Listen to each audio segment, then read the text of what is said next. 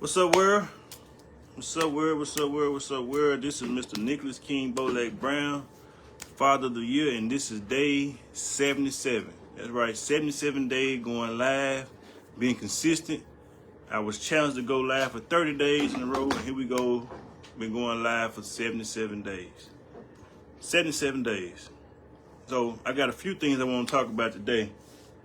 And one of the things I want to talk about, well, we're going to talk about overcoming challenges, certain challenges that we deal with, and also how to create a powerful, positive mindset, and the tools that I've used personally that has helped me transform my life from someone that really didn't see a future of me turning 30 years old to where now I've grown and developed and learned from some of the best motivational speakers in the world, and learn from who they learn from, and read so many books to really, I've actually grown myself.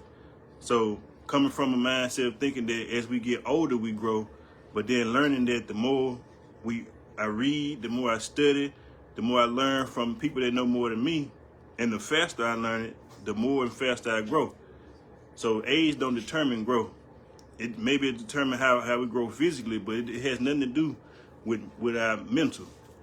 And so, and you know what? A beautiful thing about this journey that I've been on, some of the people that I've actually learned from afar by way of books, YouTube videos, audio books, audio programs, I've had the luxury, the privilege of meeting them, and they've actually had the privilege of meeting me. So, it's like I said, it's been a journey, man. So I would say one of my top people that I've learned from, that I've actually got a chance to meet, who we actually in the process of doing some type of business and working to elevate our brand in the Boss Brothers universe, is Mr. Les Brown. That's right, the motivator. Mr. Les Brown, let me do some research. Matter of fact, I'm gonna Google him so I can speak on who he is. Hey, where the remote at? Bring it to me for me. Yes. Working with channels right now. Just got back to the house. And another challenge. Got a truck that needs another alternator and serpentine building some more stuff. This is the third one in 3 years. So I had to do that once every year. Had to put a new air conditioning compressor on it. Got a tune up on it. And after did the tune up, had to go get AC fan start working. Had to get a new set of tires. One of the tires is on flat. So every time I done got a set of tires from Walmart, riding through the city between here and Atlanta, and got nails in the sidewalls to where had not been able to be repaired. But good thing I got the hazard warranty on them to where it's free replacement. But the tire that I had got, it's not one they have in stock, so I gotta pay for it first to order it, and then once it's ordered, then I get a refund. So that's one thing. Like I said, just got back in town, and now have an issue with the hot water heater. I already replaced the hot water heater a few years ago, which the first one we had, I think it lasts probably about 10 years or something like that. This one here, it can't be bad. So I'm watching YouTube videos to see what I need to do to fix it and what the issue is. It ain't gas because the gas stove is still working with no problem. Oh, had to get the gas stove fixed. Bought it about 2-3 years ago. Bought a brand new stove, refrigerator, washing machine, and dryer about 2-3 years ago. Just got a new washing machine. What, bro? I just looked it up and it said that it's not broke. That thing that's not connected to it just keeps the heat in it. So it's still work, I guess. But So it's something else. it's just not hot because that thing's off. What, the pipe? That pipe thing. I don't think that pipe is the reason it ain't working. You gotta get you some too. Come here. I'm not gonna lie. What? I think I got another pair. Your mom had got me a whole bunch of stuff. That's great. Yep. Get you So what else? Man, like I said, it's been a whole bunch of stuff going on. I don't really talk about, but it seems like I need to start sharing these things so you can see how I'm able to still move forward, still go live, still keep a positive a positive mindset, a positive attitude, and an optimistic view of things. No matter what's going on, like I told my brother, what's going on is not necessarily happening to us, it's happening for us, happening for us to become who we have to be. So for us to be the men that's required for this day and time, we got to go through certain challenges, overcome those challenges, develop the mental fortitude to handle these things. And as we do those things, rather we do it in privately, and for those of us that are doing it in front of people, rather it be in front of our women, our children, our brothers, sisters, uncles, aunts, people at work, you name it. People are watching. I tell my children, no matter where we at, anytime we leave outside this house, we are on stage. You never know who's watching, who got a camera, who's peeping out the windows, any of those things. So we got to make sure we put our best foot forward all the time. All the time. I'm like, yeah. Now, like I said, it's a challenge. Lord knows it's a challenge. But, as they say, Lord don't put on us no more than we can handle. So apparently, we are built for these things. And also, I think that some of these challenges that we go through are not only for us, me and my wife, but they're more so for our children. So that way they get to experience challenges and they get to see how we overcome them, and so they can learn the lesson and get the wisdom from them as well. Because they are not silver spoon children. They've gone through challenges, adversities, just like we have. And when we go through them, they go through them with us, and they learning from their parents. So that's one of the benefits of being active and present as far as parents are concerned. And I'm not necessarily trying to tell nobody what to do or how to do it. I'm just giving my take on things, on how we go through things just like everybody else. From pain, from loss of loved ones, to being fired from jobs, which I ain't been fired from a job in a minute. I quit a job. But I had to actually quit the last 2 jobs I had to go full-time into the family business. If I could go work for other people and be getting awards and recognition for things like that and help them make millions of dollars, I could take these same talents and skills that I have and put them inside the family business. And that's what I have done, and that's what we are doing. Which I did bring them up top. Hey, check this. See, that's the charge to the laptop? That can't be it. I hope it is, but I don't think it is. No, that's the charge of something else. I don't know what I do with the charge to the laptop. But yeah, back to what I was saying. I'm going to do an overview of Mr. Les Brown. Mr. Les Brown is 80 years old.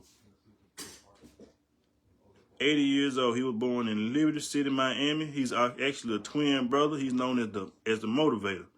I learned about Les Brown. He used to be married to Gladys Knight. I learned about Les Brown. First time I heard anything about Les Brown was in 2012.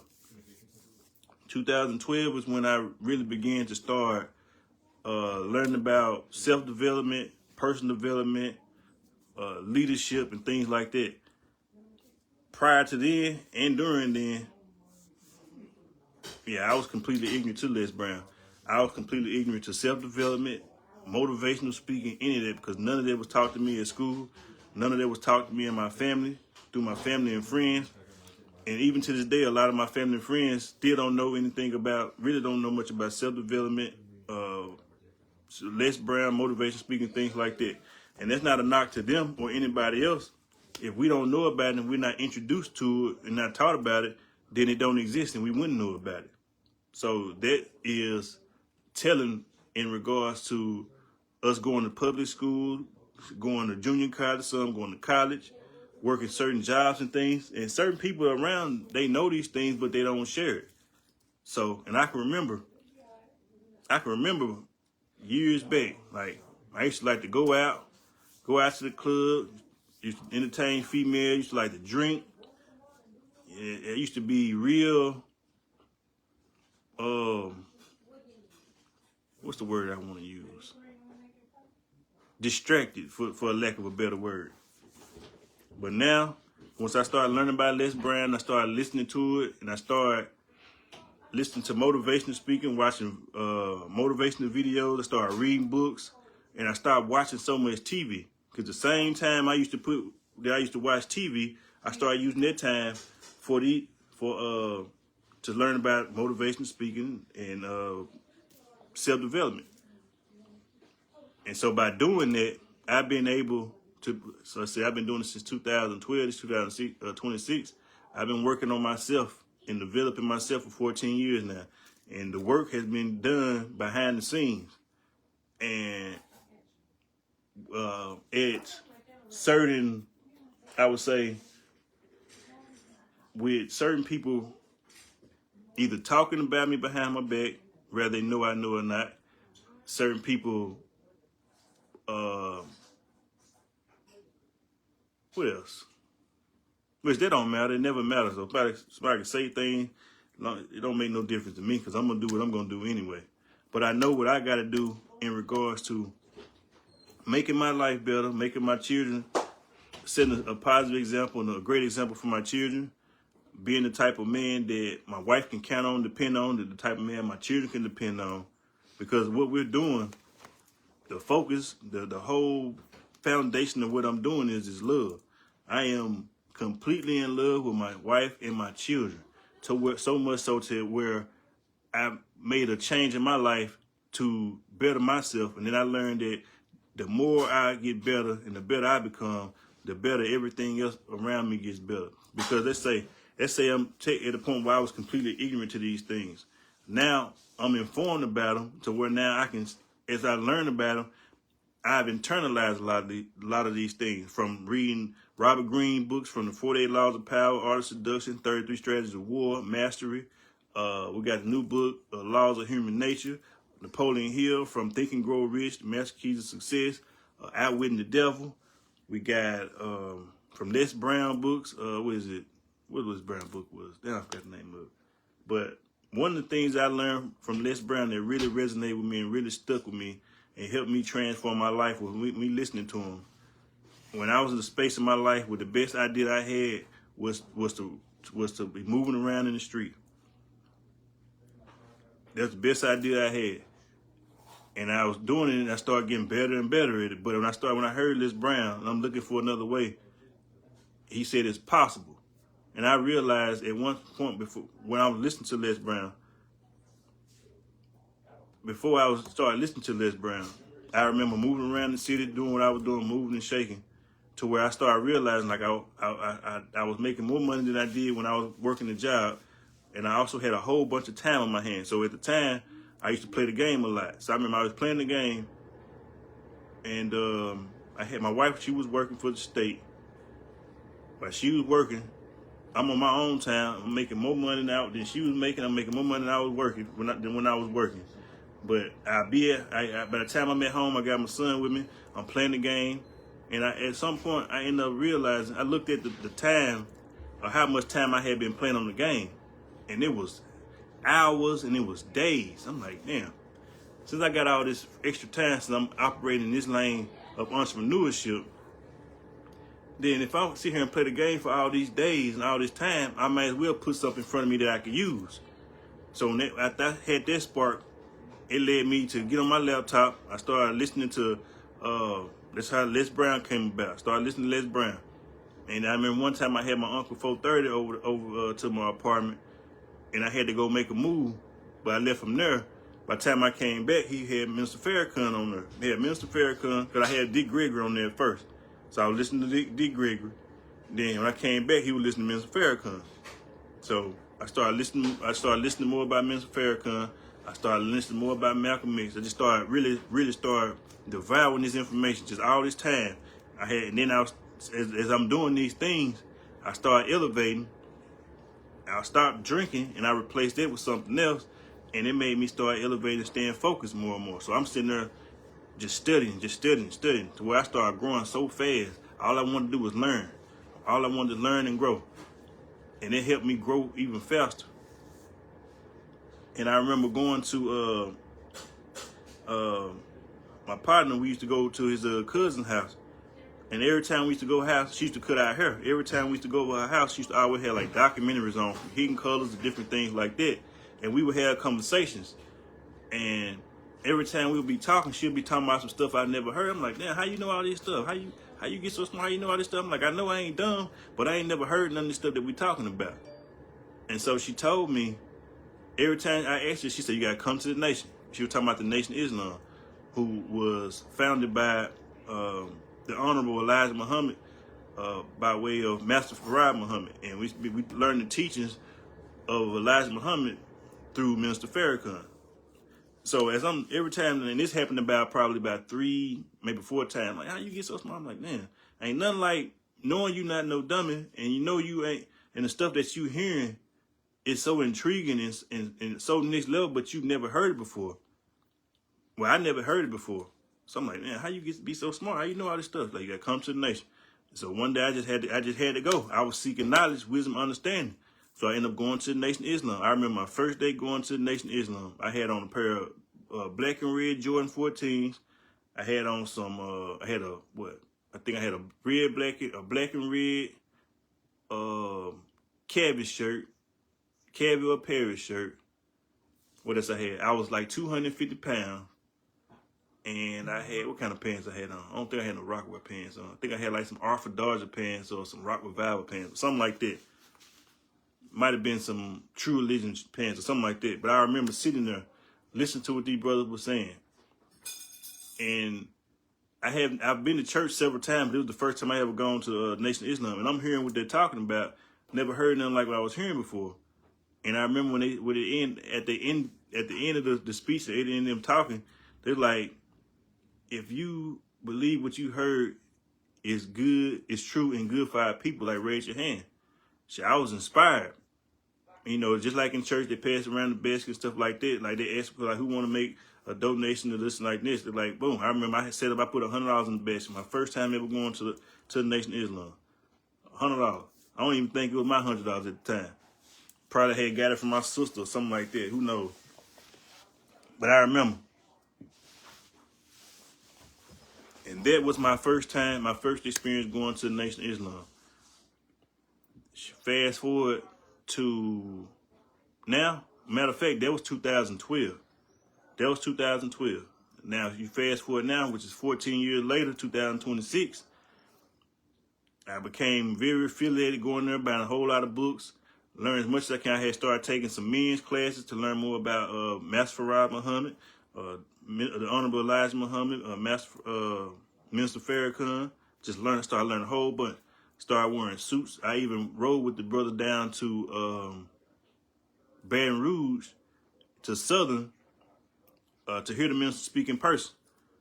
So I actually, like I said, this was all 2012. When actually, from me hearing this information that my partner's cousin were talking about, and never hearing it before, then going to the nation, being touched and inspired, all these seeds been planted to me.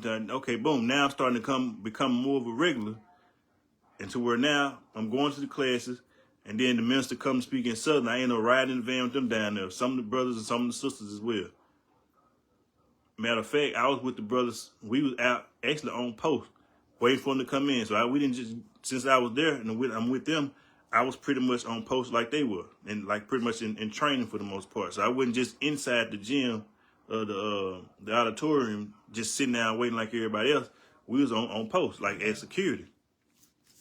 So, and matter of fact, I think I even bought the DVD of that particular speech that the minister gave that time. Like I said, it was in 2012. Fast forward now to 2026. Not only have I been going to the nation and been affiliated, going back and forth as frequent as I have been. I got my children introduced to it, to where our children have grown up in and around the environment.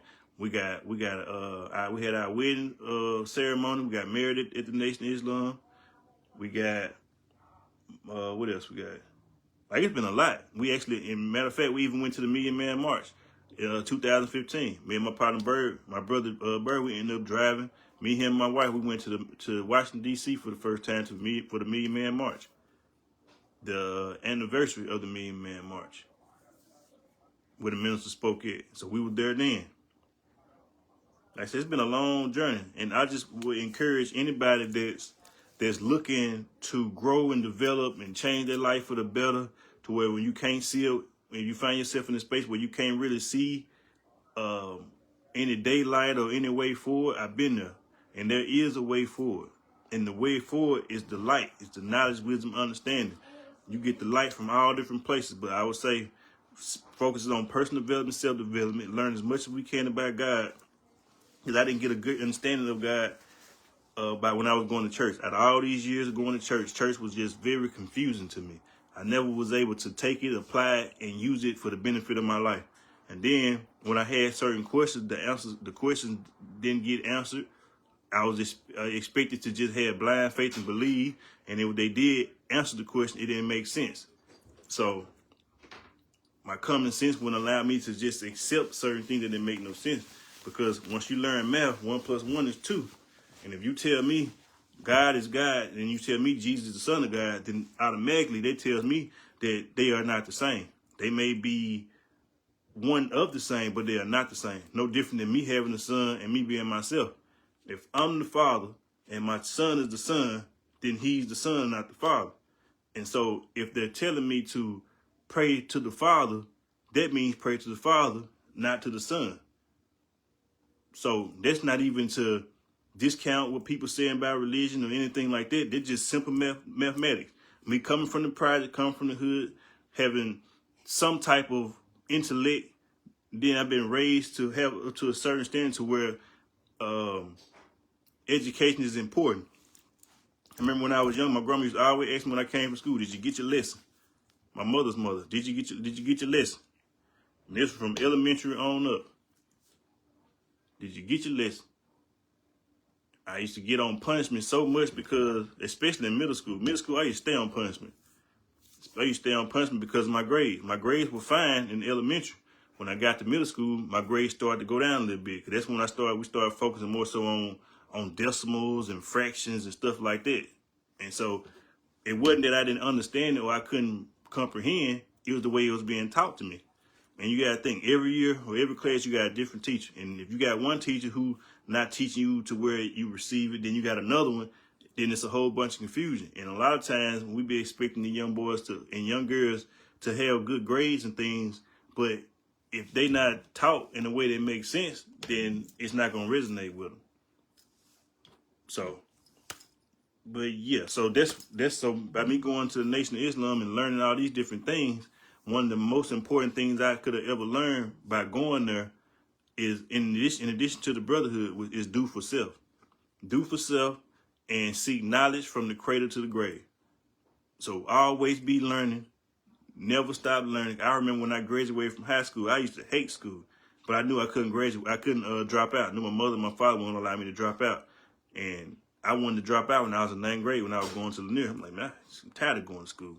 Like, it just didn't seem like it really made a whole lot of sense. Like, we just keep on doing the same thing. I'm looking at what the teachers have done as far as them going to get degrees and they telling us to go to college and things like that. Me coming from the hood, having a great awareness, paying attention to what's going on. When you tell me something, the first thing I'm going to do is pay attention to what you're doing and see how it's working for you. And if I'm looking at you, you've done all these things that you told me, whether you went to school, went to college, graduated, got good grades, joined fraternity sororities, and you still struggling at the same time. But at the same time, I'm in the hood, and I got some people who I'm closely connected with, my neighbors and stuff, who might be out here hustling, who got a whole bunch of respect, got a whole lot of money, and they not doing what you're doing. Then how can you expect me to follow your path and your example when it's not working for you? And that's what we see a lot of times. Like, you got to think. And then on top of that, as I got older, when I was moving and shaking around, when I was moving and shaking around, being an entrepreneur, some of my best and most trusted clientele were teachers. So teachers were out here stressed, and they getting off work, they drinking, they getting off work, they smoking, like they got problems of their own. And so we realized that a lot of times it's not necessarily a calling, they doing it for a job, and it ain't paying enough. Teachers should be getting paid the most, in my opinion. But they some of the most overworked and underpaid in the workforce.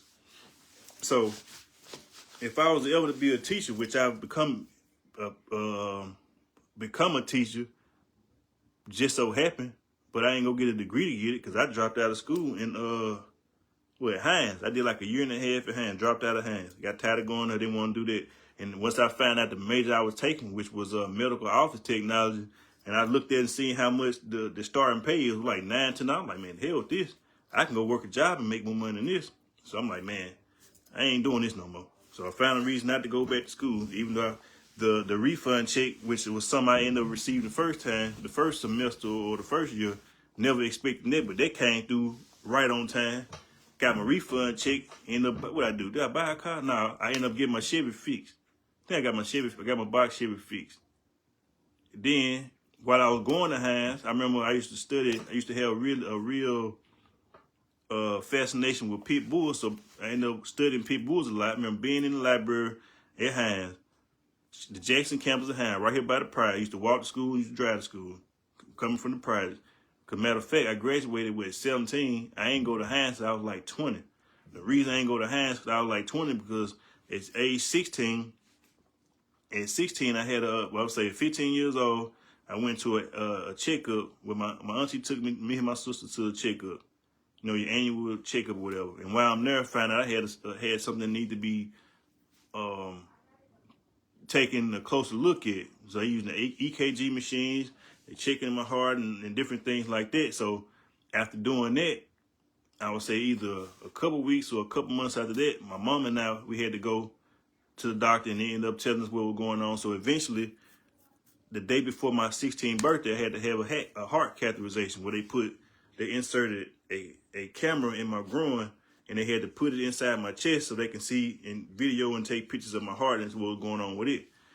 And so after while they was doing that surgery, which was the day after my 16th birthday, when they told us before we had decided to go ahead with the surgery, I had to make the decision. And my mom, she was like, "What you want to do?" I was asking questions. I'm like, "What's the risk on people not dying or people dying and stuff like that?" They're like, "It's a low risk. It's a routine, nothing to worry about." Okay, went with it. So their plan was to go insert a camera in my chest or in my groin so they can see the stuff was going on in my chest. But doing it, something went wrong and they ended up killing me. I flatlined. They had to bring me back to life. So something that was supposed to be in routine with low risk ended up being the greatest risk I ever could have taken. So they ended up taking me. They had to bring me back to life. Again, I had just turned 16. This is what I'm going through in high school. 16 years old. So this is 11th grade. Finna start 11th grade. At the time, this time I'm in Callaway at this time, 11th grade. And I don't think any of my classmates even knew about these things because I didn't talk about these things. So got that taken care of. Then they got me back. I would say probably a few months after that, if that, a couple weeks or a few months after they brought me back, I had to go back. And then we met with the doctor. Met with the doctor. They showed me what was going on, showed me my heart and stuff like that. And then they wanted to do another surgery. They wanted to do another surgery where they were planning on putting some corks in my heart. And I asked them, I'm like, is this surgery is this surgery high risk or what's the risk level in comparison to the first surgery? Because you told me that the first surgery was low risk and there was nothing to worry about. They told me that the risk of this surgery was going to be higher. So I'm like, okay, this is going to be higher. Y'all keep me on the first one. Well, y'all ain't getting another chance yet, so don't worry about it. So scrap that. We ain't do that. So they ended up putting me on some type of a heart monitor that I used to have to put on, like I had to put on. So anytime I would have like any pains or things like that, I would have to press this button on it and it would record, I guess, my heart activity or whatever. So I had to wear that for probably about a month. So I'll be outside and probably playing basketball or something like that. If I feel it, then I'll press it, then record it. After doing it so long, we had to send it back to the doctor. I don't know if we sent it to the mail or what happened with it. But that was 16, just turned 16. The very next year, in 12th grade, I would say after, wouldn't it? Well, I tell you what, the next school year, in 12th grade, I remember we was in the projects. I remember we been on the court, me and my partner Big Boy and a whole bunch of others out there. We talking because we from the project, so we gonna get us some sweaters made for when the fair come. I remember when the fair came, we went to Target, me, my partner, my brother Big Boy, my cousin Turk. We ended up going to Target off County Line. We ended up buying our hoodies, bought white hoodies. We ended up taking them to the fair, get the airbrush. You know, everybody used to go get stuff airbrush. Now they do shoes, and so we went and got our CBH boy sweaters. You probably seen it. Matter of fact, I'll repost it on Facebook, on social media once I'm done with this live. Went and got those CBH sweaters made. Got the CBH boy on the back.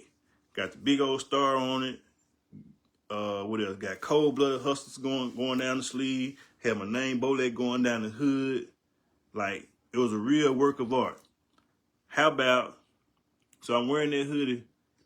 Well, I was wearing it at, what was I wearing? I think I was wearing it at, was I wearing it at Callaway? Because I ended up getting a transfer this school year to go to Forest Hill. So I ended up going to Forest Hill. I started going to Forest Hill because, I guess I'm letting y'all my business. Me and my mom, we weren't seeing eye to eye. So I'm not gonna tell you, I'm not gonna get deep into that and what happened, but I ended up moving in with my uncle, my family members, and they was close to Forest Hill. So I started going to Forest Hill. I was driving to Forest Hill. So I was going to Forest Hill. So while I'm going to Forest Hill, I'm wearing my hoodie to Forest Hill. I'm going there. So now I'm in a whole new environment. This one, Forest Hill, was nice, and it had a high. This before they changed it from the Patriots, they were the Rebels. When I was going there, that was the first time I went to school with Asians, Caucasians, black people. Like, it had Hispanic. It had all kind of different races at Forest Hill, and it was a high level school at the time. This one here was 2001. I was 17 years old. How about fast forward to about, matter of fact, this was April, I want to say April 23rd, 2001. I'm in the projects. Me, my partner Big Boy, my right-hand man, my partner Bird, some more of us, we out there in the project kicking it. There was a gang of us out there. It was a Friday night. It was live in the project. Wasn't nobody bothering nobody, nothing. Prior to that, before that, while I was out there, I ended up having to go. My stepfather at the time, he ended up asking me to go to Pizza Hut. Go to Pizza Hut. So me and Big Boy go to Pizza Hut. We got Pizza Hut. We sitting there waiting and chopping up my ex-girlfriend, Shauna. We sitting there chopping up waiting. As we get the pizza, okay, Big Boy said he wanted some McDonald's. Stopped at McDonald's on Woodrow Wilson, which is closed. It just closed not too long ago. It's closed now. Stopped there, got some McDonald's, chopped up with a female I knew from there. Then we ended up coming back to the project. In the project, went upstairs at 8. Then we come back outside. Now, I'm the only one so come back outside, I ended up putting my hoodie on. It wasn't necessarily cold, because it was like, it wasn't the wintertime. But at the time, the doctor had basically said that I was anemic, whatever. So I guess it was cool to me. It wasn't cool to nobody else. So I put my hoodie on. We outside chilling, chopping up. So around about 8, 9 o'clock, how about we out there chilling, sitting on my car, my white box Chevy. If you know me and you know from prior, you remember the car I had. We used to stay in that car. We'd be everywhere. All around Jackson, north, south, west side. We used to be at Flowood, Ridge. We used to be everywhere in that car. Matter of fact, so this night, around about 9 o'clock, you got a police come down the back street down Cromwell. Shines his light over there where we at. He couldn't come in the gate because the back gate was is locked. So they ended up making it to a dead end for the most part. So he had to come all the way around. And he shined his light up to where we was at. We was about 10 deep over there. There was so many people out there in the project in different spots because it was Fridays, the weekend. The project said the project was live. So the police he couldn't come around that way. So we ended up coming back around. Then we see him coming the project through the front. Come through the front, and he ended up coming around. By the time he come around, some of our people they was out there getting to it. They kind of start scattering a little bit. So I'm like, okay, maybe they know what's going on, whatever. Maybe they finna come around that way. Police come all the way around. Come in, pay building 16, 17. They bust that right, come in. By the time they pass 15 by the mailbox, make the left by the office. Come around that way, keep straight. They passing by the laundry, by the washer.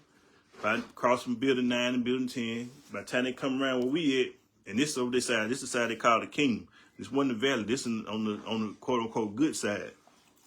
So the police come around, cross the bridge, come around where we at, pull up where we at, flash, shine the light, and get out of the car and call me out the bunch. You with the white hoodie on, come in with your hands out. Come with your hands out. I'm like, yeah, me. Like the last, at no moment in time that I think that he was coming in the project was coming to where I was at. He came the back way and looked over there. In no moment in time that I think he was coming over there to come and get me.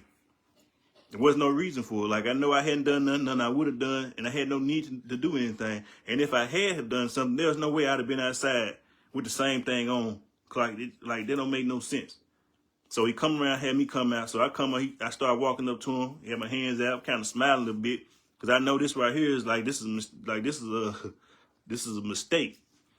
So as I come to him, he had me put my hands on the car was real hot. As I'm on the car talking to him, he ended up putting me in handcuffs. I'm like, what's going on? I'm like, you mind telling me what this pertaining to? He was like, yeah, you fit the description of a suspect who committed a crime around the corner. So as he's talking to me and handcuffing me, we got police coming from behind building 5, building 4, and building 3. Like the SWAT team. Like some out of a movie. Like, what the hell going on around here?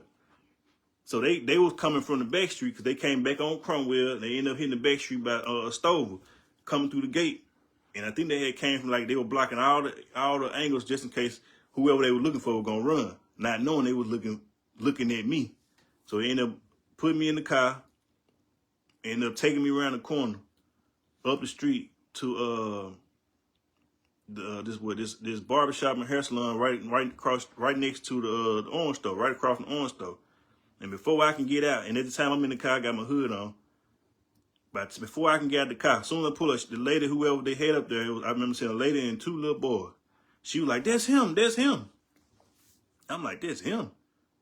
I asked police, I was like, you mind if I take my hood off? He like, for what? I said, so she can see my face. I'm like, I ain't did nothing. So by the time he pulled me up, pull up, I ended up getting out the car. They had me stand up. I got my CBA sweater on now. CBA sweater I got. Well, I get to it. So they had me stand up and spin around.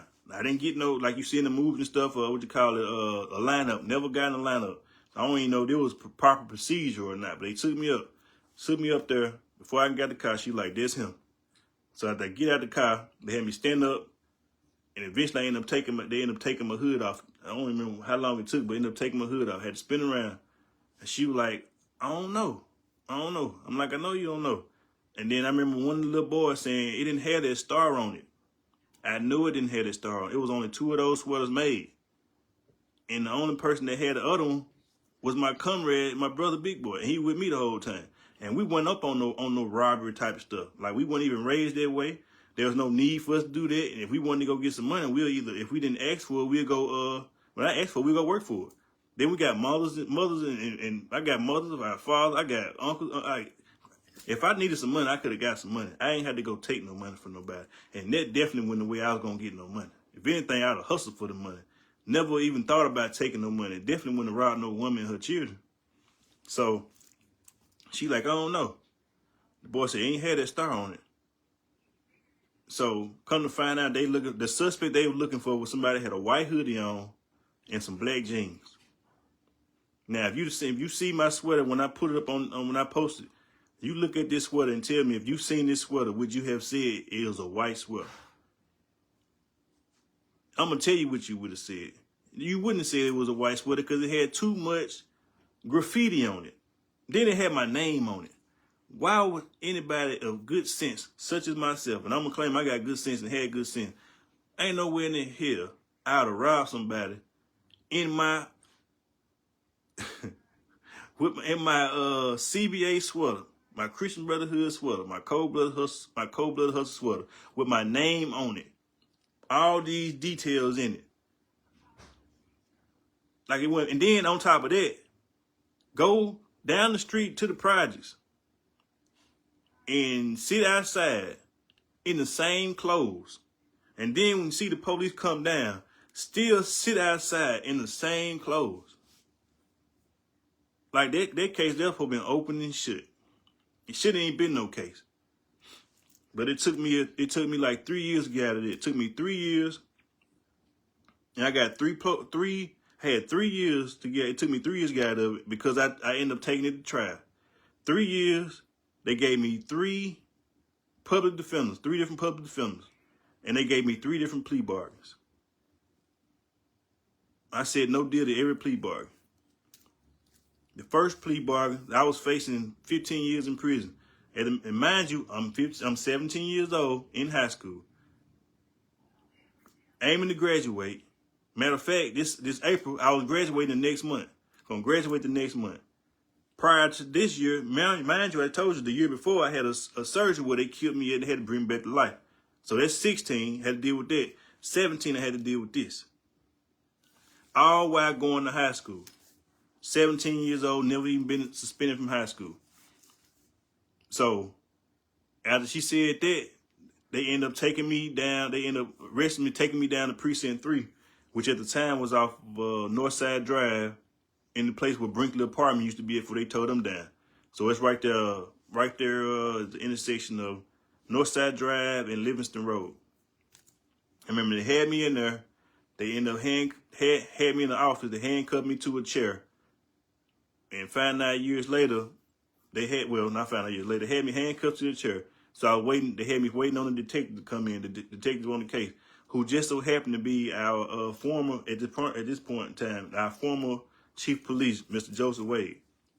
He was Detective Wade at the time, and he was Detective Wade at the time. I remember being handcuffed in his office. I don't remember how many questions I asked, but I remember at the end of the day, I ended up giving him my keys to my car. Because all I had in my pocket, I think I might have had my keys, and the face of my radio. I had a pop face JVC in my radio CD player. So I ain't mind giving the keys because I didn't even have no gun, and I knew what ring. What was that radio thing you was talking about in your pocket? A pop face radio. It was the face. So let's say so it's a CD player. This was the style back in time before they got MP3. And matter of fact, MP3 it was an MP3 player too. Because you can use burnt CDs, you can play music on it. But it was a CD player, and you could take the face off of it. You take the face off of it, so people can't steal the radio. If they stole the radio, then it would be no good because they ain't had a face for it. Oh, so basically like the cassette tape thing, Kind of, but it wasn't cassette. It was CD. Oh, okay. Yeah. So, you take, it's like some people, so I remember sometimes people used to take their steering wheel off their car so people couldn't steal it. Some people put the club on their car. It's a club anti-theft device. And by this time, because I had another radio that my car had got broke in when I was 16 in the project, when we stayed in Building 9. Somebody know who did it. I had about a Pioneer radio from the fairground. Matter of fact, let me tell you about that story. I was working at Wendy's at the time. I was 16. Had my white box Chevy. But when I was working, I wasn't even buying anything. So I pretty much saved all my checks up. And I was interested in speakers and stuff. Speakers, amps, subwoofers, and radios and stuff. So I remember they had the fairground sale. I ended up going down to the fairground. I had saved up like $1,000. I went down there, bought me some amps, some speakers, and all this type of stuff. I used to look at the Crutchfield. I think, did I get the Crutchfield books before then or after? Probably after. But I'm going to tell you the importance of studying and researching this stuff before you go buy it. Because I went down there and bought a whole bunch of trash. I spent all the money down there. So I ended up going down and I bought some Mobile Authority 12s. I bought a fiberglass box. I bought I think it was a Rockwood amp, which it was designed like a bird, like an eagle or something. And I remember I paid $200 for the radio. It was a Pioneer pop face radio. I spent all that money. Matter of fact, I ended up having my cousin them. And matter of fact, before I got my box shit, when I had bought that, I had the Cadillac at the time. I had the Cadillac. So I ended up, matter of fact, after I bought all that stuff, and the only people I knew that hooked up systems was my cousin Mookie and my cousin Maine. My cousin Mookie just passed away now. Just passed away with my cousin Mookie, the boy. I got 2 cousins. Got a girl cousin Mookie and a boy cousin Mookie. The boy cousin Mookie, he the one that did it. He the one that just passed away last week, I think. He the one used to be walking up down the street all the time, running when I said it's my cousin. You know what I'm talking about? Yeah, Larry. So, matter of fact, I pulled up on him, his cousin, his brother Maine. We was in they were living in Metro Manor off of Robert Lynch Street, down the street from Jackson State. So we was in Metro Manor and they was hooking up the system. Mooka was hooking up the system. So we put it up in there. We was out there for a minute. I remember he even broke the thing that the Cadillac, the part of the compartment where they were trying to put it in there. But we ended up getting in there. So we ran around, listened to it. And it just went, it ain't had the power it's supposed to have. Like, I didn't get the good stuff. So that's why you need to research before you buy stuff and figure out from like who the top people with the top brands. If I'd have known what I know now, I went out and got me some punch. I would have got me some kicker. And I'd have been beating the block down. Because I had the money. I was willing to spend the money on it. I just wanted my system to be right. But I went and bought all the wrong stuff, not knowing nothing, and going in there trying to find a good deal on prices and stuff, and didn't know what I was doing. So I missed out on that. So my checks from I was getting from Wendy's, that's why I ended up took my money to the first check. I wasn't even buying that. Then the next $1,000 I ended up getting up, I ended up buying my box Chevy from my Uncle Sonny. So, like I said, they ended up out, back to the story. So after they end up, after sitting in the projects, police come around, call me out the bunch, take me up to the hair salon, and stand up, lady saying she don't know. First she said that's him, then she said she don't know. The little boy said he didn't have that star on it. Then they end up taking me to precinct 3. I end up sitting in the chair talking to Detective Wade, who later became Chief Wade, which we know real well, got a good relationship with. And after talking to him, I remember going down, they took me downtown, fingerprints, mug shots, all that type of stuff. I remember doing the fingerprints. So I remember being down that way for a few hours, and then they sent the transport van to take me down to Raymond. Raymond's where I know where I got the mug. I don't know if I can't remember. I know I took a mug shot down there in Raymond because I remember I had the band on my wrist with my face and stuff on it, with the numbers and stuff on it. So they had me doing that. They had me in this holding tank, the felony holding tank. I was the youngest person in the tank. It was about 30 people in there. I was the youngest one in there. Now, this is my first experience with any of this. Like, no, I didn't have no experience before that. Didn't never been suspended from school. Didn't know what to expect. But I know what I was taught was to mind my business and keep my mouth closed. So I'm sitting there, I'm quiet, paying attention, but not in nobody's business and ain't got nobody in my business for the most part. So they called me back and forth, had to go take the mug shot and all these different things. And so, trying to see what happened after that. That was Friday. I remember that Monday they came, they ended up taking us down. They ended up putting us on the van, took us to court. I remember being handcuffed and shackled to some brothers on my left and brothers on the right. They had me in the courtroom. I remember being in the courtroom. I remember seeing my mom and my dad in the courtroom as I'm pleading not guilty to the judge. After that, I remember them taking me. They ended up taking me back upstairs to the courthouse. I remember being able to look out the window, and I saw my mom and my dad them on the courthouse steps like they were looking up. But they couldn't. I don't know if they saw me, but they definitely couldn't hear me. So that happened that Friday night. It took me, like I said, it took me about 3 years to get out of that. And the only reason, matter of fact, like I said, they was trying to give me 15 years in prison for it. The first plea bargain they gave me was to say if I pled guilty to armed robbery, which was a felony, then they would give me 9 years to serve, and then 3 years on probation. Which if you add those two together, that's 12 years. Then after I said no deal on it, so I told them no deal. So we had to get ready to go to trial. So as they getting ready to go to trial, they ended up giving me another plea bargain. The second plea bargain was to plead guilty to I think it was a lesser charge. I think it was like grand larceny. Because the grand larceny is like somebody still listing $1,000. So if I pled guilty to grand larceny, I had to do 6 months in the boot camp, like the movie we watched, and then they give me 3 years on probation. Which that's a way better deal. So I still said no deal. And at this time, remember I told you I got 3 different lawyers. I had the first lawyer, forgot his name, but I remember the second one. He didn't do, like, they say public defenders overwork, they ain't do nothing. The only reason, I remember him, the second lawyer, he was like, well, they offering 9. And if we don't take the deal, then we'll be facing 12 to 15. Like we. It ain't no we.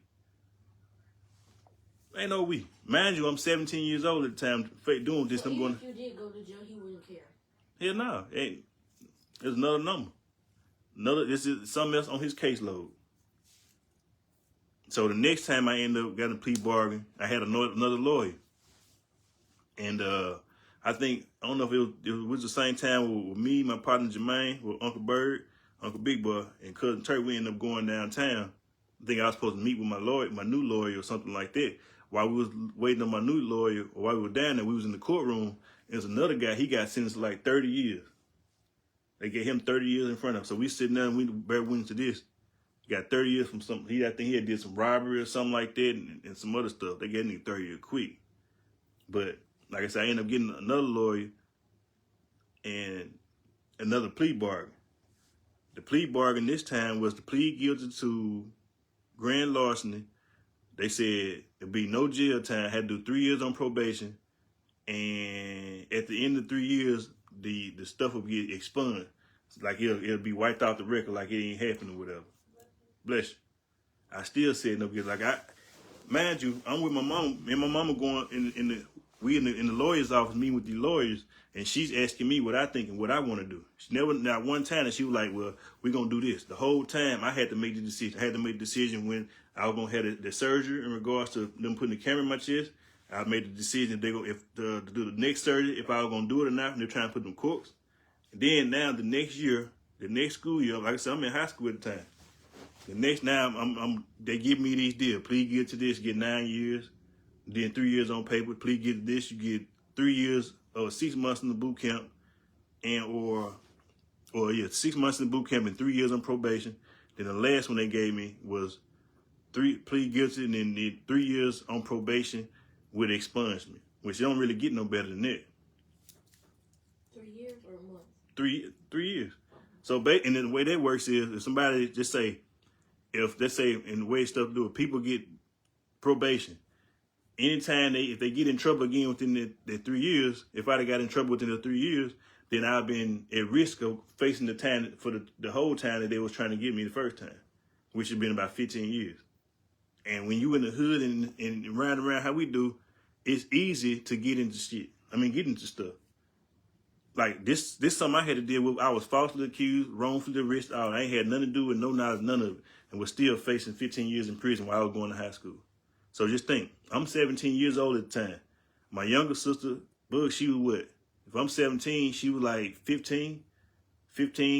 Yeah, her birthday hadn't even came yet. So I'm 17. My sister was, she was 14. So my sister was 14. Then my baby sister was 7.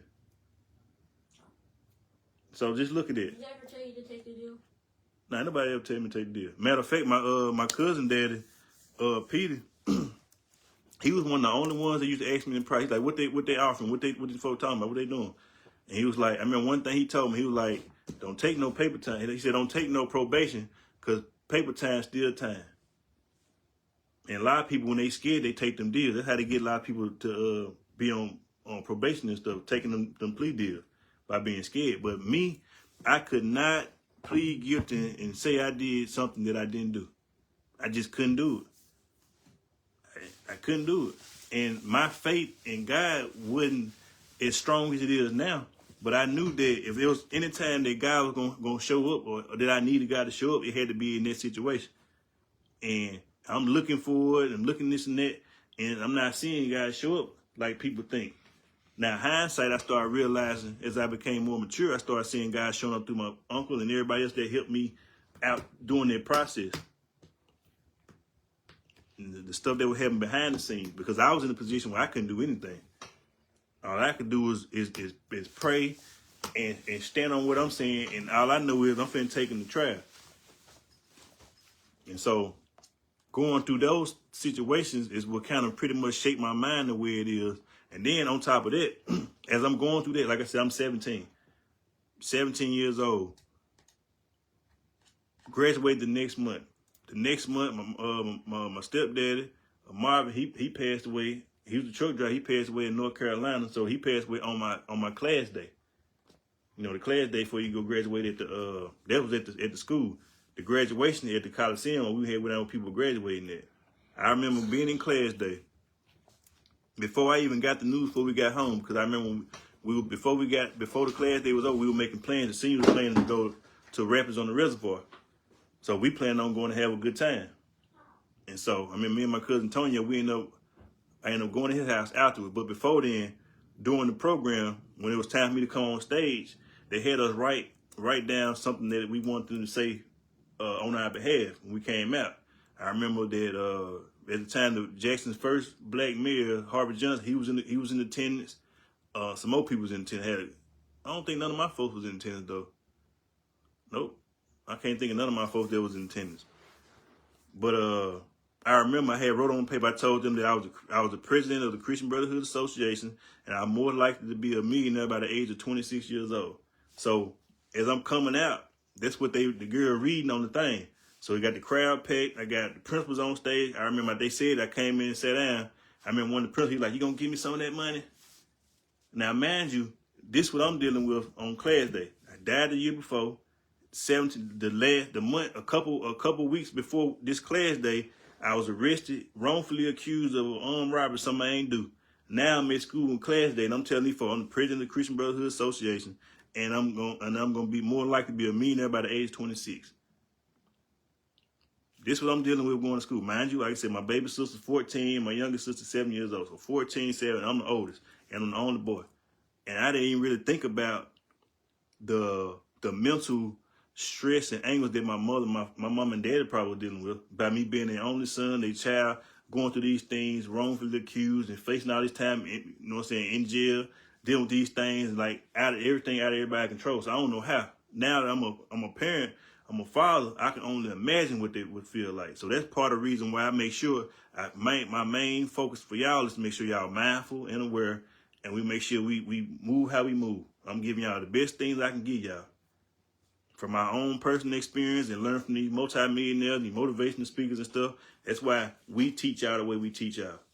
There's no way I could be complaining about how schools are not good as they need to be, or a school this and that, or they failing, and to put my children in the same thing. Where all this time I've been doing all this studying myself and learning and researching and reading these books. When I'm learning enough all these things, I know stuff that I'm going to teach you, they're not going to teach you. So there's no way I could put y'all out there when I can teach y'all better. And I know what y'all need to know. So that's where the homeschool and all this stuff started at. I'm going to teach y'all myself. I'm not going to put y'all in a failing system and complain about the system and watch y'all be set up to fail when I know better than that. So that's why I end up changing my life to make sure I start doing the best I could to be for y'all. Like I told my brother, when we become better, everything around us become better. So I had to dig deep. Stuff I never knew about, stuff I never even considered, I had to go learn it. And I remember that growing up, when you grew up in, I'll just say growing up in Mississippi or in the South, it's the Bible Belt. I remember when I came across Islam, I had it was real challenging for me to start learning about Islam because I didn't want to feel like I was turning my back on Jesus for the best experience, the best understanding I had at the time. Because nobody talked about the Nation of Islam, nobody talked about Minister Farrakhan. Like it's very quiet. Nobody talks about those things. I never heard a guy be referred to as Allah. It's always with Jesus. And so as I'm learning these things, I didn't want to feel like I was turning my back on Jesus, but at the same time, I didn't even have a good understanding of it. So it was real challenging for me to open my mind up and open up to go learn about what they teaching at the Nation of Islam. I'm glad I did, because I got a way better understanding, regardless if people agree with their practices or how you had to be searched to go in, things like that. The knowledge and the information, it works. It does have transformative power. I'm living proof that it does, but you have to do the work. It don't work unless you work, like everything else. So, back to what was I there for you asking that question? What was I talking about? How you sitting in the chair? What chair? The Detective Wade. Well, yeah, I got past that. So, yeah, after going meeting with the judge, that's it. They offered me those things. So by the time, so that happened when I was 17. I had to go through that process. And by the time, I remember when I graduated, so I told you about class day. So by the time, I was talking about class day. So after class day, I remember leaving class day, me and cousin Tonya, we stopped at their house because they were staying in South Jackson. We stopped by there, and then after that, we ended up coming to the project. Come to the projects, and then find out that my mama boyfriend, my stepdaddy, he passed away. So what's supposed to be a good day becomes a very challenging day. So she's dealing with that grief and things like that, like all that's fresh. Like at the time, like now I know how to be there for people and help console people and stuff like that. But at the time you gotta think, I'm a child myself going through all these different things, and life just up in the balance. I got lawyers telling me I'm facing 15 years in prison, never been suspended from school. So now I can see ahead to where 15 years from 17, like damn, this don't go my way, then this what's gonna be looking like. So that led me down a downward spiral. Started drinking, started going out, because first when we started drinking, going out, it was more so fun. And I was thinking about all the things that I was going to potentially lose access to or not be able to do, which have fun and mess with girls. Cause I'm a young man, so I like having fun. When we start going out, I like talking to girls. So I'm like, if David didn't go out wanting to go, then 15 years I'll be missing out on that. I'm not seeing, there's no way possible at the time with mind frame, the environment coming from, for me to see the positive aspect that could potentially come out of it. It just was bad. So I'm drinking every weekend, going out, like, I guess trying to escape the reality, but there was no escaping it. There was no escaping. Have fun for the moment, drink for a moment, then wake up, still got the same problem. Still facing with this big dark cloud. Not to mention, people that, like, he lived with us, so we living together. This person, he done passed away. So now my mama, she dealing with this. So things just was different. Like from 15, and not to only say 16, I told her they killed me doing the surgery. My daddy lost his daddy June of their year, the same school year. Like it just was a whole bunch of stuff going on, and most people don't know this stuff. Only people that really know it, like some of my close friends know it, but some don't even know it to this detail. But my mama, my daddy, but one person that does know all this stuff is me, because I had to live all of it. And it was heavy. So I'm drinking, going out drinking, so it's going year after year, year after year, year after year. So as I graduated, I'm like, I ain't finna learn nothing else. I hated school. So year after year, it took me 3 years, 3 plea bargains, three public defenders, going through that. And then by the time I was about 20 years old, somewhere around the 19, about 20, that's when I started going to Hines. Started going to Hines a little bit, try to find myself, started going to school, try to do something. Because my life just hanging in the balance. I don't know what to do, don't know where to go. I'm still in the projects. I can't complain to nobody, can't really get no advice from nobody, because the people around me, they going through the same thing, if not worse things. So can't complain. So now it's like, it's another day. Another day with nothing to do, nowhere to go, very limited possibilities, just stuck. So that's what I had to deal with in regards to that. So what else I was leading to with that? Where I was going with that, Ren? You were talking about how you was in the courtroom. Yeah, I told you about that. I mentioned that. Yeah, I remember being, like I said, handcuffed to, it was probably about maybe 10 guys. I was one of the 10 guys. Like I said, at the time I had a white t-shirt on because they took my hoodie. I had some black pants on, some black Levi, and had some Reeboks. We were wearing Reeboks at the time. Reeboks and Jabot. I just so happened to have some Levi's on that day. Changed my whole life. And now as I reflect back on it now, as a more mature grown man and a father, I can see how those circumstances, and more in particular the wrongfully accused situation happened. I can see how it had to happen that way for me to be who I am now so I can speak on certain things to help other people. Because there's a lot of people that's been wrongfully accused and convicted of things. They may not have been able to find their way into to the light of what have you. And I'm going to tell you, man, it was hard for me to do so. Like, I used to go out, and I used to be real reckless, real bold. I remember we was at a party one night. What was it? We was at a party up the street, having a good time. Having a good time. Well, I'll talk about that later. But I'm gonna go on to my now and bring it up. We having a good time. At the end of the party, it was a dude ended up spraying water on people. So I'm walking with my cousin Sean, we walking, and I see him spraying, so we stopped so he ain't spray me. I didn't want to get sprayed by no water. Dude looked me right in my face, sprayed me with that water hose. I wasn't having it. I walked up to him. Soon as I walked up to him, he dropped the water hose, pulled a gun, and cocked the gun and pulled the gun out. I remember cussing them out. And like those people in the movies. What? Like when they got a gun to their head, or when they're tied up, they always end up spitting on people, or just be, Man, I was in a real dark place at the time. Like I said, at the time, I think I was 18. It was like the next year. I cussed him out because he had the gun with him. He had a small gun, but it still was a gun. So I think I cussed him out. And I think somebody called my name or something. And by this time, it's a whole group of people coming around. And I don't know if my girlfriend had called my name or what. But I think I kind of looked to the side a little bit. And it kind of felt like somebody had kind of rubbed my face a little bit. Not hard, just get like, if I look back at it, I see him, he looked like he got a real mean look on his face. So I'm guessing he must have swung. And by the time I tried to get him, everybody grabbed me. So even though he got the gun and all this, I'm in the mindset, I don't care. I'm like, I'm finna get him. Like, that's how I got, my mindset was like that for a long time. And so, everybody get me, and they messing with me when they trying to stop me, this and that. I'm like, the next person that grabbed me, I'm finna fight somebody. Cause I'm already pissed off. I'm in a rage.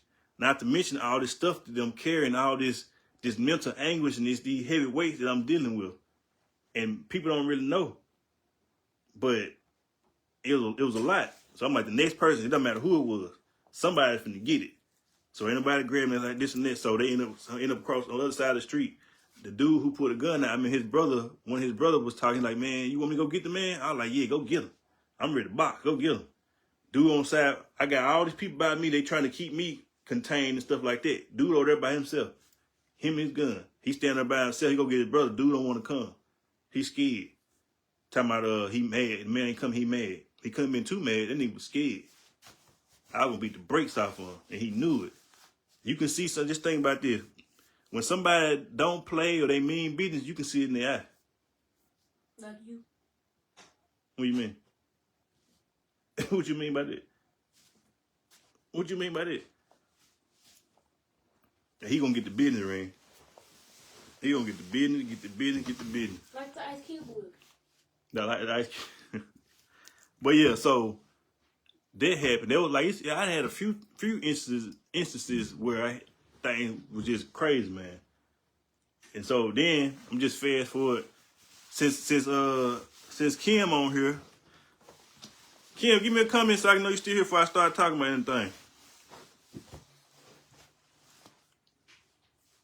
Hey, bring my phone. Bring my phone, bro. Clean.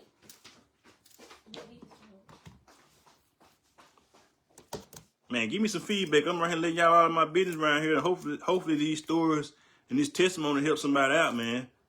Like I said, I'm 16, 17 years old dealing with these things straight out the projects.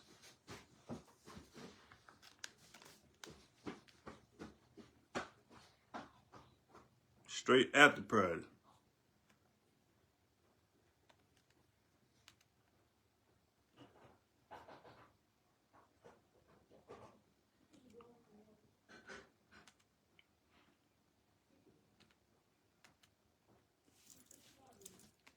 Okay,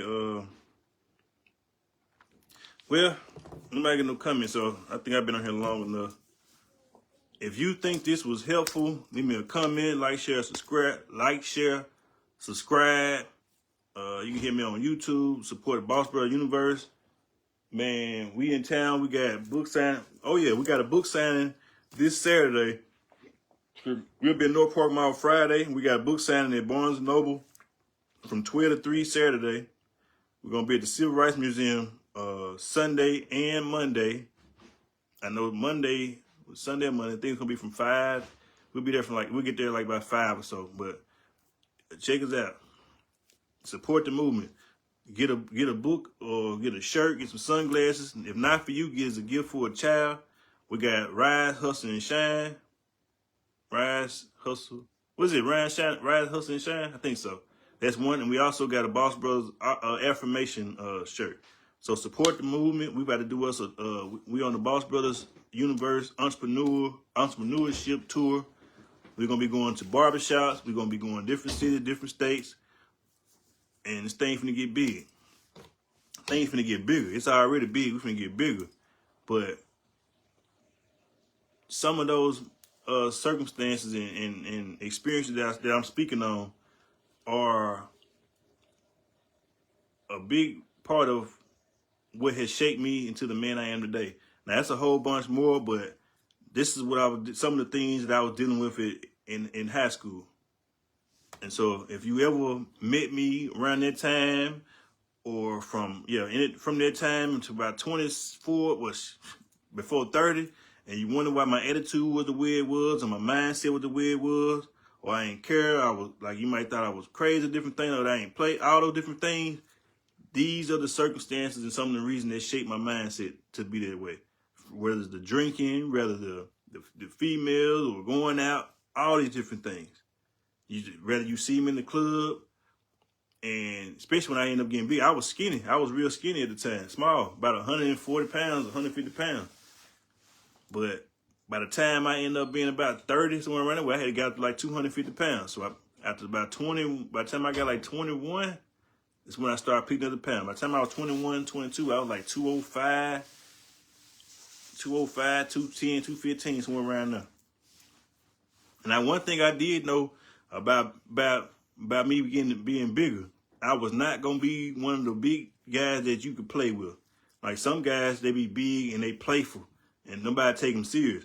I was not gonna be that type of guy. If I was gonna be big, you gonna make sure you gonna know I mean business. So if we out somewhere, it's not gonna be where you can come over here and play with me, because it's gonna be a problem for them. And that's just the mindset. Period. Big or small. But I knew I wasn't gonna be no big playful guy. So you don't hold anything against the person that said that's him? Nope, I don't. I never did. Oh, speaking of which, check this out. How about when I finally when I got there, that sweater had never been seen before. I don't care what nobody say. How about when I remember the lady said she didn't know. The little boy said he don't remember it. He didn't see that star on it. It was a big star on it. Couldn't miss it. How about when I got the police report? It didn't say anything about everything. It just said something about it had a red star on it. They had somebody. So I don't know what they did or where they came from. Somebody lied when they put them in their police report. I need to see about getting that back. But and I didn't at the time. You know how people be taking legal actions and civil action against the city and state like that. We were too ignorant and didn't have enough resources to even know what to do. No, I was ignorant and didn't know what to do. So after going through all that, go right back in the projects, living regular life as usual. Not even nothing anybody even really talk about.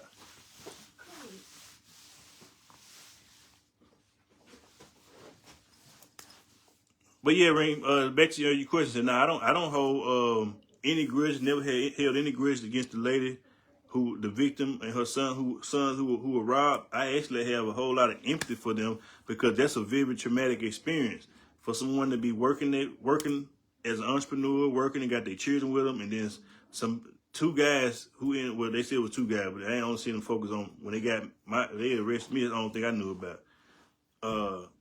Lady finishing up her day after working her job, working for herself, and end up being robbed at gunpoint with her two children there, two sons. That's like I feel for her. I always have. That's a very traumatic experience. Oh, and also, how about this? How about that happened when I was 17? How about by the time I think I was like 19 or 20, I ended up going back to this shop and I actually ended up talking to the lady, asking her some questions about something. I forgot what I asked her about. She had no idea who I was. She had no idea who I was. I went back and was talking to the lady who, when they pulled up in the car, she said, "That's him." They had me stand in the car and spin around, and she said, I don't know." She was so traumatized. So when I went back by myself and I started talking to her, asking her some questions, things like that, she was very polite, very helpful. I was very respectful because that's how I was raised. And she didn't know who I was. You told her? No, I didn't tell her, not at the time. What was that? I just said it. When I was about 19, it's like about 2 years after it happened. 2-3 years after it happened. While I was still dealing with it. So you know where that person still is? No, I don't.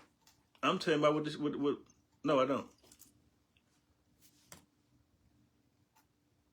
So you never told her that it was you? What was me? That it was you? That she was like, I don't know. No, I didn't. We'll probably have that conversation sometime in the near future. Because I think I want to have that conversation with her. I found out she does my auntie hair. But I never had held any grudges against her or anything like that. And I want to I want to thank everybody who stood up on my behalf, spoke on my behalf. I want to say thank you to Chandra, because I know she was in a very tight spot and she stood up for me. And just know I really appreciate everybody. Definitely, I appreciate everybody who helped me out and spoke highly of me and knew that that was out of my character for that to even be something that somebody try to put on me. And I think that God allows certain things like that to happen to show his power, to show people how to overcome and persevere through things. Because now I'm a living testimony. I can tell people like how it feels, what it looked like, what my mindset was like all those things. And I still got the newspaper for it. Matter of fact, I'm not gonna show y'all, but I'm gonna show y'all.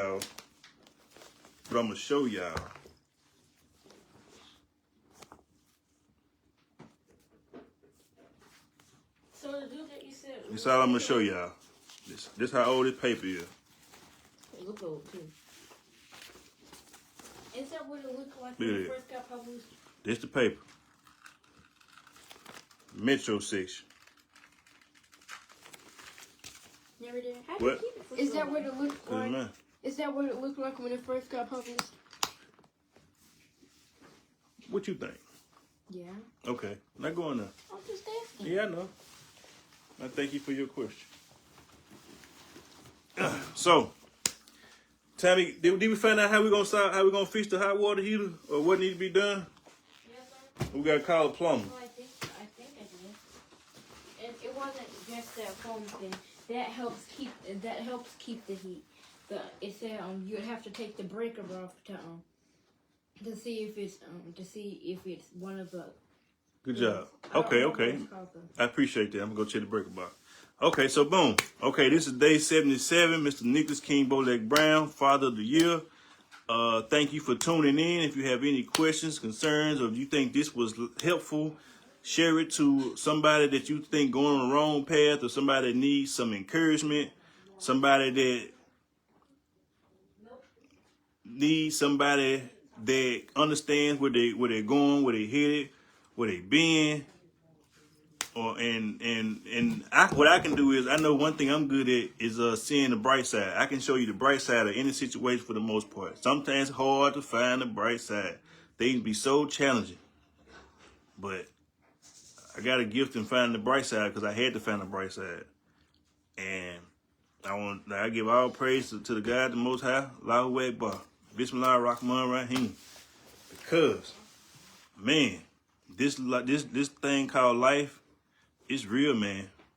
It's real, and it's not easy, and it don't matter that it's not easy. It does not matter. But just know that diamonds are formed under pressure.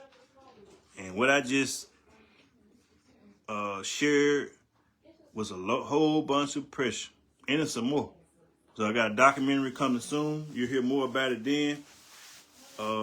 If you want to be in the documentary, let me know. Reach out to me. If this video has been helpful to you, let me know. If we can do it, you can do it too. Stay focused, stay prayed up, stay prepared, stay learning. Learn as much as you can about God. Keep God and family first. Money gonna come. If your children are interested in anything, put them in contact or have them learn from the best people at it.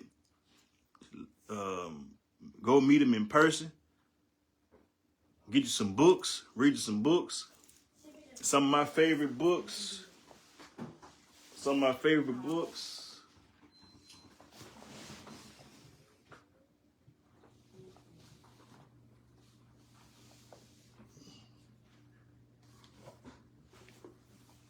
This the man right here. The Honorable Elijah Muhammad. Some more good books. Boom. Grant Cardone, Be Obsessed to Be Average. Another good book is going to be, so the way I look at it, if you look at all the research and all the news stories and stuff like that, they tell you about the war on drugs and stuff like that. The war on drugs was really a war on black people. So if you were in the war, what do you need to survive and thrive and elevate? You need to understand war. This is the 33 Strategies of War by Robert Greene. It's one of my favorite books. Had this book for a few years. Look at the highlights. Man, your boy been reading. I've been on this self-development journey for 14 years. When it ain't been popular, behind the scenes, nobody know what's going on. All the money I've been getting invested in these things, building myself up. Now, when people, I also want to say, when people say they work on themselves, if they're not reading, and focusing on self-development, they're not working on themselves. A good documentary to check out, a couple good documentaries. I would say check out The Secret. Check out The Secret. It's going to teach you about the law of attraction. Check out Hidden Colors, 1, 2, 3, 4, 5. By Tariq Nasheed. Oh, this is a good book. This is a good book by the Honorable Elijah Muhammad. Our Savior Has Arrived. This book here, I remember saying about a good name is better than gold. I need to reread this book too. Yeah, I think I'm gonna reread this book here. These books here help me stop eating pork. These books here help me stop eating pork. They help me stop eating cashews. And I used to love cashews. Reading this book here say, eating cashews will take 5 years off your life. Well, no matter how much I liked them, got rid of them cashews. Book 1 and book 2. Book 1, not book 2. Book 1 and book 2, How to Eat to Live. Honorable Elijah Muhammad.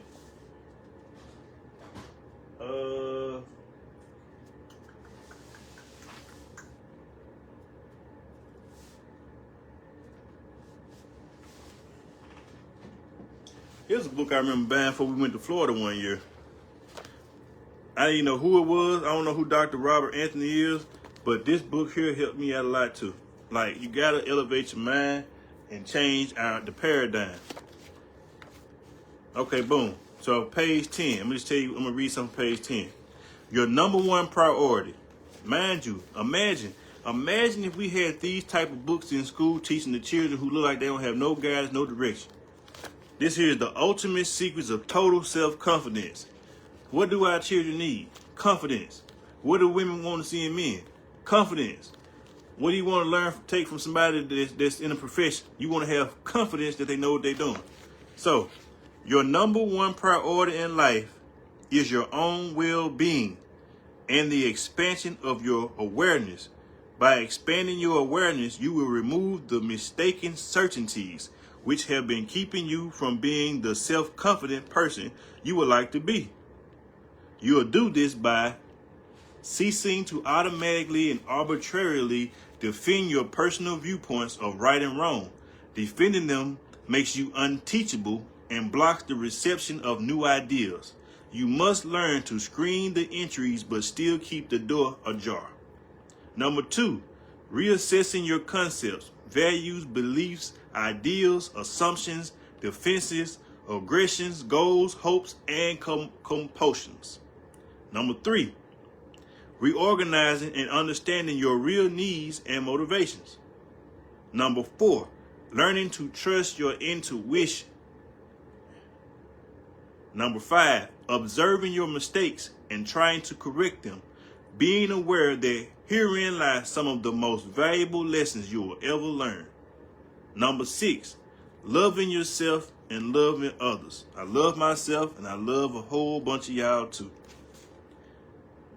Number 7, learning to listen without prejudging and automatically thinking this is good, this is bad.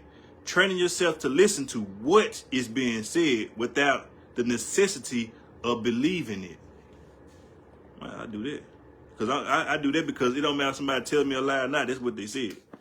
I don't have the energy or the concern to try to see if they telling me a lie or not. This is what they said. So according to this person, this is what they said. Don't matter. I'm not saying it's true or false, but this is what this person said. So I've been doing this. I got this book here probably about 2000. About 13, 14, something like that, maybe. But yeah, number 8, noticing what you are defending most of the time. And number 9, realizing that your new awareness will provide you with the means and motivation to change for the better. Begin to ask yourself, is my belief rational? Could I be mistaken? If another person held that belief, you would be able to be very objective. You would no doubt present a convincing case why it was wrong. View your own beliefs in this matter. Question everything and draw your own conclusions based on available evidence. I'm going to say it again. Question everything. Look, it has it. Look at it. Highlighted. And it's big. It's in caps. Question everything. What your parents tell you, what your teachers tell you, what the religion tell you, what the preacher tell you. Question everything and draw your own conclusions based on available evidence. Not just having blind faith. Do some research. Check history. There is a positive answer only when the individual is willing to fulfill the demands of rigorous self-examination and self-knowledge. If he follows through his intention, he will not only discover some important truth about himself, but he will have gained a psychological advantage. He will set his hand, as it were, to a declaration of his own human dignity and taking the first step towards the foundation of his consciousness. That's a quote by Carl Jung. CarlJung.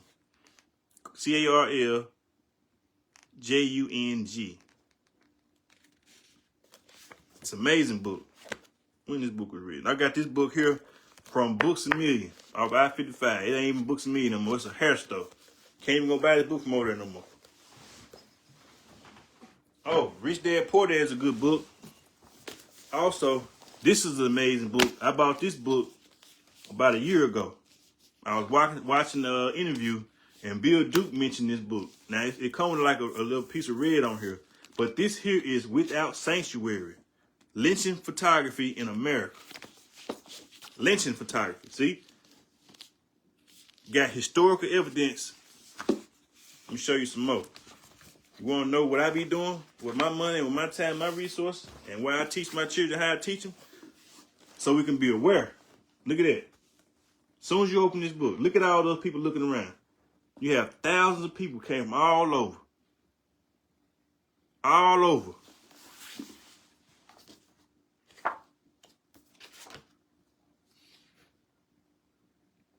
All over. Look again. Look at that. Look at that. That's Mr. Sam Hose. Innocent. He was innocent. What happened is, I'm going to read it to you. I'm going to read it to you what happened to Mr. Sam Hose. And then I'll conclude my live for the night, for day 76. Gonna conclude it. This book here was like $90.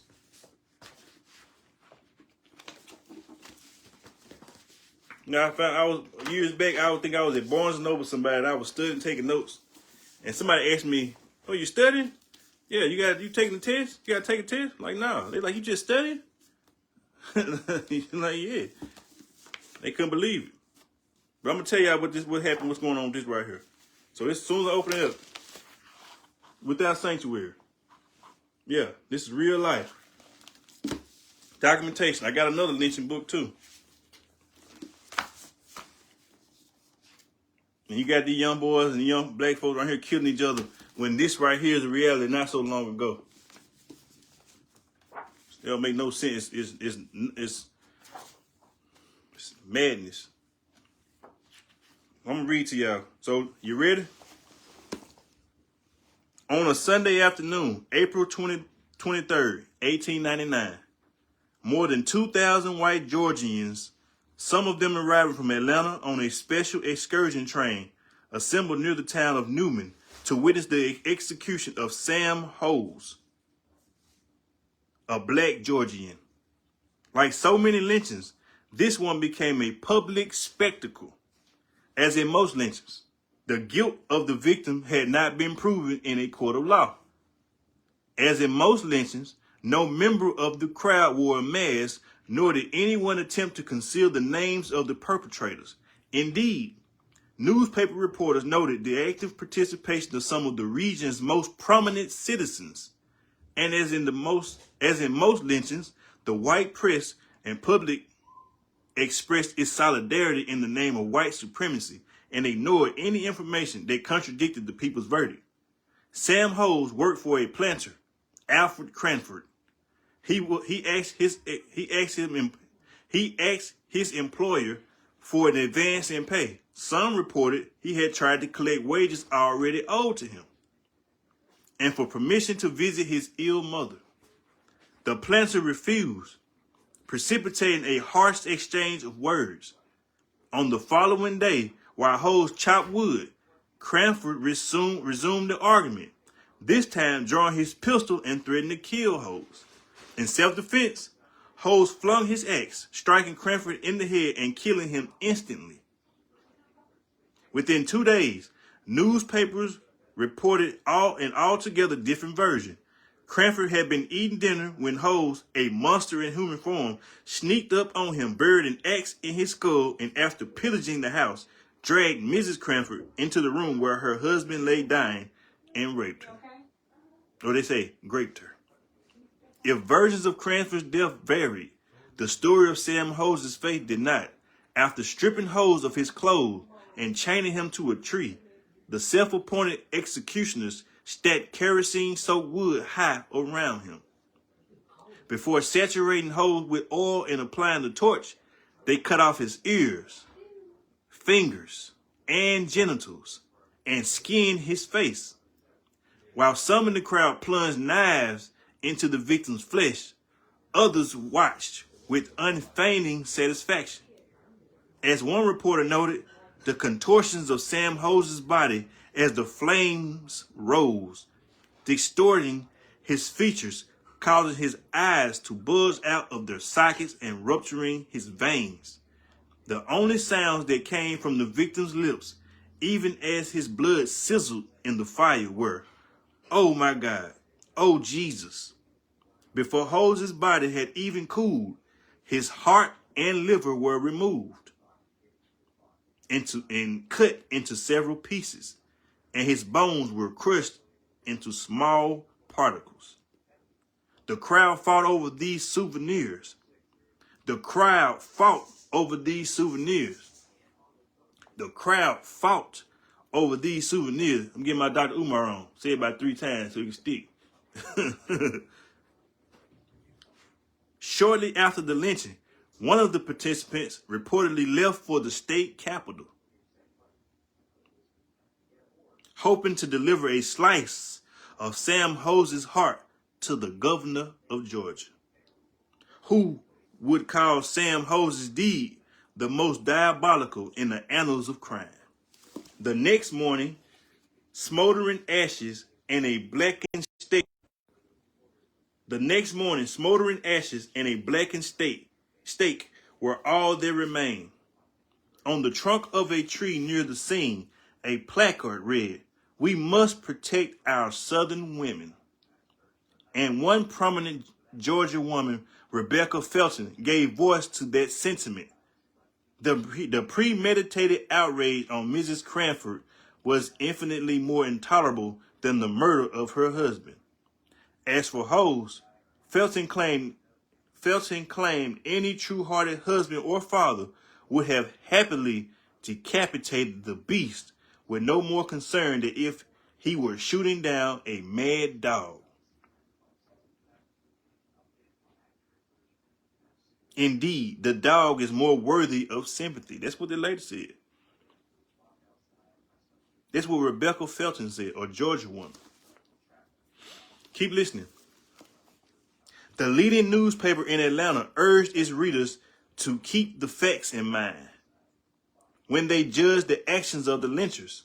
The people of Georgia are orderly and conservative, the descendants of ancestors who have been trained in America for 150 years.